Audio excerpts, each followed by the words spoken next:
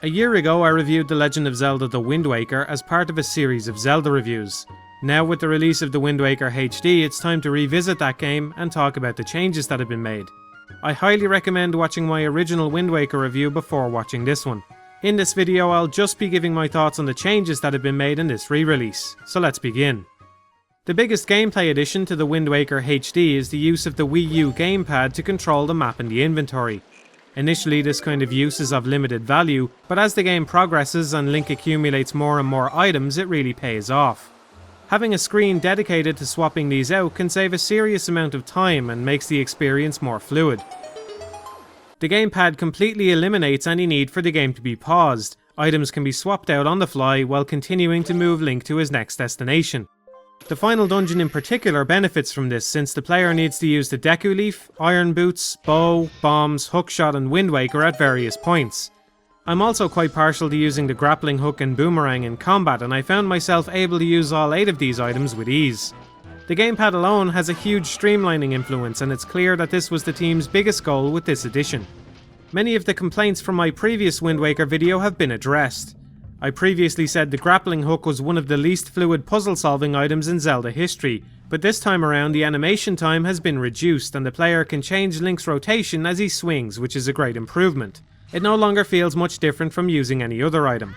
I previously complained about the Wind Waker unnecessarily playing animations a second time, and those have been removed for most of the songs. In a smart little move, the first time you play a song after booting up the game, the animation will play, but subsequent ones will be cut until you restart the game. I have to admit, even though I complained about them in the last video, I would have missed them a little had they been removed entirely. This solution caters to that nostalgia and means the work done on those animations doesn't go to waste. The Wind's Requiem sees less use in this version thanks to the new Swift Sail, but the command melody benefits from the removed animations immensely, making the Earth and Wind temples far more enjoyable than they were before. Last time around I suggested the sail should have been mapped to the regular action buttons, and now that's been implemented. They've even gone one further and put the cannon and grappling hook on their own dedicated buttons for the boat as well. Another minor change to the boat is an increase in the cruising speed, which makes combat a lot more bearable than it was before since it's easier to dodge the enemy attacks. On top of that, if an attack does happen to hit the boat, then Link is only rarely knocked out into the sea, making the combat less frustrating. I wouldn't say these changes make the naval combat outright enjoyable, but it's a lot less annoying and messy than it was previously. The Swift Sail is a useful inclusion as well, drastically cutting down on the amount of travel time. It was a great idea to include this as an upgrade rather than a basic change to the sailing speed of the boat. It's more satisfying to unlock this than to be handed it from the start, and gives the sailing a little better sense of progression. Although it's a very simple addition, the Swift Sail has a huge impact on the pace of the game. Another gripe of mine was the Picto Box and the associated Nintendo Gallery quest. The maximum number of pictures has been boosted to 12, and it will now let you know straight away whether a picture is good enough for approval. The new Tingle Bottle feature ties into this as well. Pictures inside bottles can be saved and brought to the Nintendo Gallery, meaning players can accept help from the online community if they wish. It's still not the kind of quest I'm interested in finishing myself, but I'm glad it's no longer so insanely demanding of the player's time. The way drudging up treasure works has been changed as well, but I feel like they overcorrected on this one. When sailing in the new version of the Wind Waker, I quickly noticed that every chest I dug up had a purple rupee inside, so I made it a personal mission to dig up as many chests as possible. I never found anything other than purple rupees in any of the chests. This arguably makes the treasure hunting less enjoyable since it's pretty clear what will appear each time, but I still think it's better than getting red rupees instead.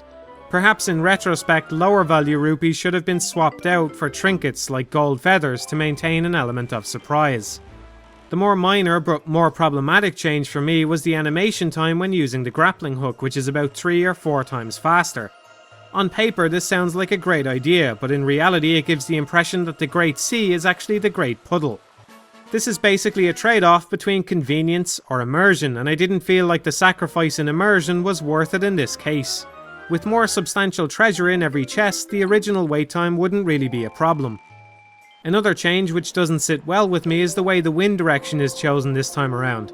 Previously, when changing the wind direction, the best course of action was to point Link in the direction you wanted the wind to go. Then it was a simple case of pointing the analog stick in the direction he was facing.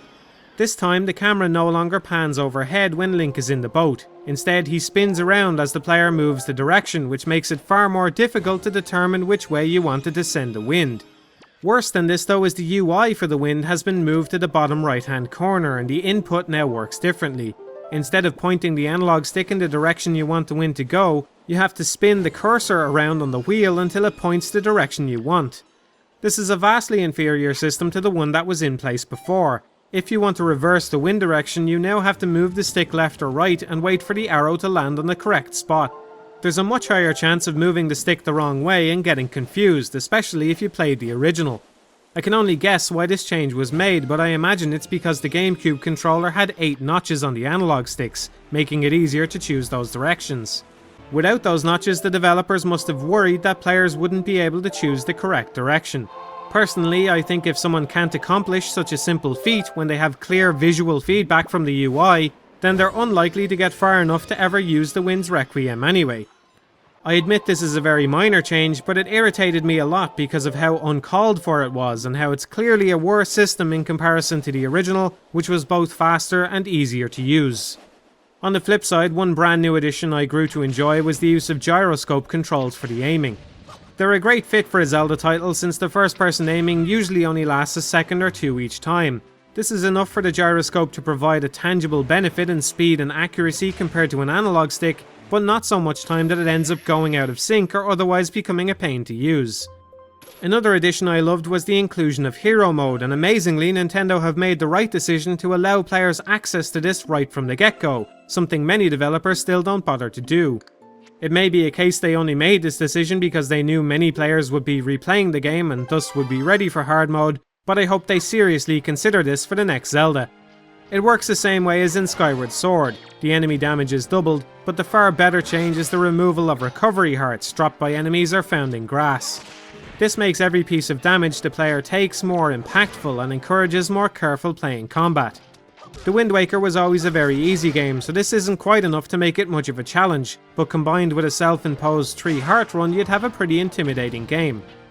Those are most of the major differences. I'm not going to go over everything, but it would suffice to say that there are more convenient but substantial changes. For example, the Triforce is now found directly in 5 out of 8 chests, cutting down on the number of charts that need to be deciphered.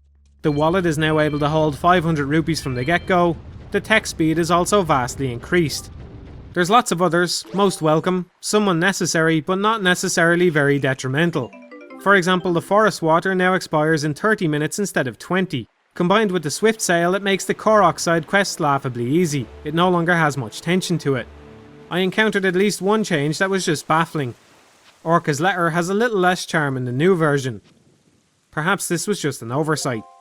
Overall, I'd have to say I enjoyed the vast majority of these differences, but perhaps the best thing about the changes and new additions is how most of them are left in your hands.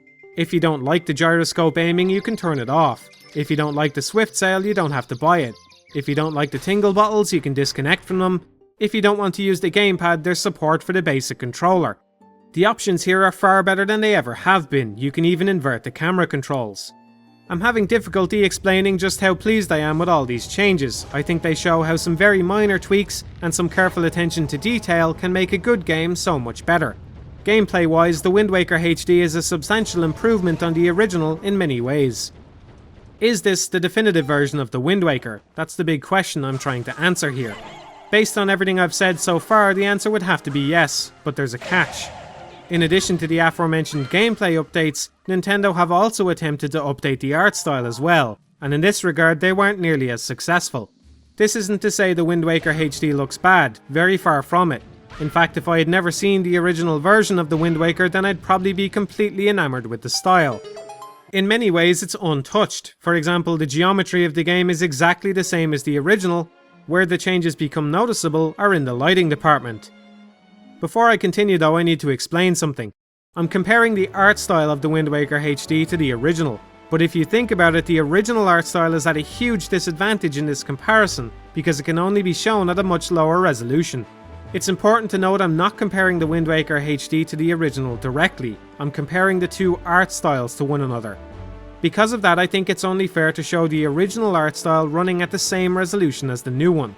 After all, that's the way the Wind Waker HD would have looked had Nintendo not decided to tamper with it. One of the things I love about the original Wind Waker is how relaxing it is on the eyes, especially out in the ocean. A solid block of blue with Link in his little boat floating in the middle is very easy to look at. Unfortunately, in the new version, an excessive amount of bloom has been added to almost every single scene. I'm assuming Nintendo listened to feedback on this one because it's toned down compared to the initial reveal of the game, but not nearly toned down enough as far as I'm concerned. Where this annoyed me the most was out on the Great Sea, where those solid colours are now intruded upon by bloom raining down from the sky. I may be alone in this, but I firmly believe one of the best things about the art style of the original Wind Waker was how easy it was to look at. The whole game is built to be comfortable and simple to parse. Bloom, on the other hand, simulates overwhelming light sources. I'm not against bloom in principle, in fact I think it can be a very effective technique when used the right way, but its application in the Wind Waker is haphazard. It bleeds into every scene without discrimination, and seems at odds with the original art style established a decade ago. Another major issue for me was the presence of gradients on the character models, which become visible in certain scenes. These are most noticeable when a character is surrounded by a bright light source or totally immersed in shade. When in regular sunshine, the hard-edged shadows make the gradients much harder to see and give the impression that Link in the Wind Waker HD is still cel-shaded, but it's certainly nothing like the same technique they were using before. If anything, it simply looks like it's still being cel-shaded the same way sometimes because the textures are so simple and were designed to work in tandem with cel-shading in the first place. In a traditional cel-shading renderer, the type of gradient you can see sometimes in the Wind Waker HD shouldn't be possible. The entire point of a cel shader is to take colours, average them out, and turn them into solid blocks. Looking at the original Wind Waker in this scene, we can see that's clearly the case. Link's face and hair have only two different hues, one in shade and one highlighted by the sun. You can pick any point on his face here and the colour value will be the same. Compare with the Wind Waker HD. Now Link has a steady change going down his face and hair. As a result, it's easier to distinguish his shape, which goes against the initial style where Link would blend together. In the new version, he has a clearly visible jawline and his hair hangs outwards, whereas in the older one, his entire head was just one big block. As a result, his eyes and mouth now look tacked onto his face. This often makes him look like a Nintendo Mii. To put it another way, if the Wind Waker is a cartoon, then the Wind Waker HD is a plastic toy of that cartoon. The new lighting system is a completely global change which shows up poorly in a couple of other areas as well. For example, the lighting on the Moblin lamps, which used to cast a nice, simplistic looking light on the floor, now looks needlessly realistic. The minigame host had an unfortunate shadow cast across his face which ruined his scenes. I found myself getting annoyed by these minor changes, probably more than I should have, and also by the drastic shifts in the way Link would look from one scene to the next. Sometimes out in the sun it looks arguably better than the original, whereas opening a chest results in an absolutely hideous change in lighting. It's not all grey clouds though, there are some silver linings. The outdoor environments benefit most from the new lighting system. The addition of environmental shadows gives them a sense of space that they previously lacked. The shadows are well implemented. Their hard edges separate drastic changes between light and dark, which matches perfectly with the ideas behind cel shading. The texture work on the new version is also fantastic, perfectly matching the originals. In fact, they may even be the original textures in an uncompressed format for all I know. As you can see in the emulated footage, the original textures don't hold up well in higher resolutions, and they're a crucial element to the visuals given how minimalistic the models and terrain are. Despite a few upsides, all this begs the question of why the visuals in the Wind Waker HD had to be changed so much, or why this game even had to be made in the first place. There's many other Nintendo games which would have benefited from a HD re-release more than the Wind Waker. There's even better choices in the Zelda series itself. In fact, one could argue the Wind Waker HD is perhaps the least necessary HD remake Nintendo could have done. Apart from the fact that it can't be played in widescreen, the original GameCube version holds up extremely well to this day. Ultimately, the way Nintendo handled the release of the Wind Waker HD is a double-edged sword. The gameplay enhancements are an improvement which never would have occurred had Nintendo not been willing to dip back into the game and make a few changes. On the other hand, there are pointless enhancements elsewhere, such as the Frozen Hyrule section, which has been changed from black and white to sepia tones. This looks vastly inferior to me, but what eats at me more is I don't understand why this decision was made when the original style was perfectly fine. Another example is the soundtrack, which has been extensively tweaked to include more natural sounding instruments. This didn't really backfire, but it didn't pay off much either. It seems like a risky decision to redo so much of the music for so little potential benefit. Coming back to that question from earlier then, is this the definitive version of the Wind Waker? My answer would have to be no, but not because it's not necessarily better than the original. In plenty of ways it is. Rather, I think a definitive version of the Wind Waker no longer exists, which is kind of a shame in and of itself. I couldn't help but shake the feeling that this new iteration of the Wind Waker seeks to overwrite the old one rather than preserve it.